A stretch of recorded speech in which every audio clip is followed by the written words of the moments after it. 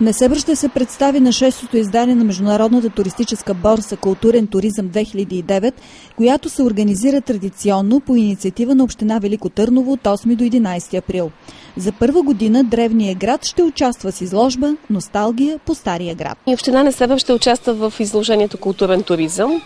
Първото културно изложение в Велико Търново, което се организира с Държавната агенция по туризъм и участието на общините.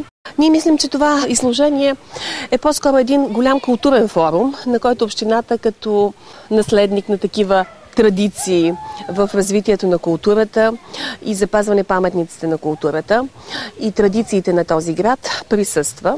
Тази година нашият щанд ще бъде нетрадиционен. Просто няма да имаме такъв щанд, какъвто се очаква да имаме с деск, с столове. Просто той ще представлява изложбата "Носталгия по стария град", или това е изложбата, която беше направена с дарение на жителите на града.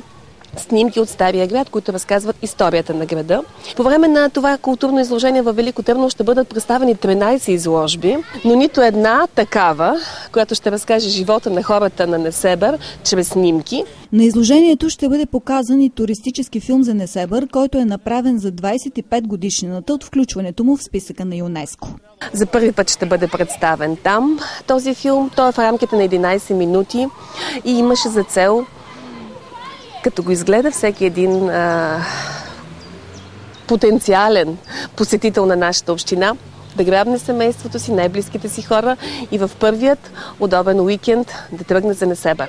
През последните години Несебър развива освен традиционен и културен туризъм, като разчита на богатото си културно наследство.